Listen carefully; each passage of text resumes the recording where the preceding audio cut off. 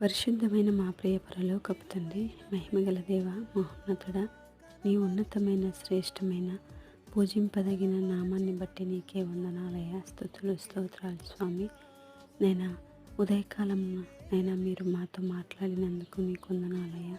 యెషయా గ్రంథము 26వ అధ్యాయము 12వ వచనంలో రాయబడినట్లుగా, యెహోవా నీవు మాకు సమాధానము స్థిరపరచుదువు, నిజముగా నీవు మా పక్షముగా నుండి మా పనులన్నింటినీ సఫలీకృతము చేయుదును అను దేవా. ఈరోజు మా పని పాటన్నింటిలో ప్రభు మీరే మమ్మల్ని ముందుండి నడిపించండి, మా పక్షముగా ఉండి మాకు సమాధానాన్ని దయచేయండి, స్థిరపరచండి, మమ్మల్ని బలపరచండి తండ్రి. మేము చేసే ప్రతి ప్రయత్నాన్ని మీరే సఫలీకృతం చేసి మీరే మహిమ ఘనత ప్రభావాలను పొందమని మా ప్రభు మా రక్షకుడు అయినటువంటి నజరేయుడైన యేసుక్రీస్తు అతి పరిశుద్ధమైన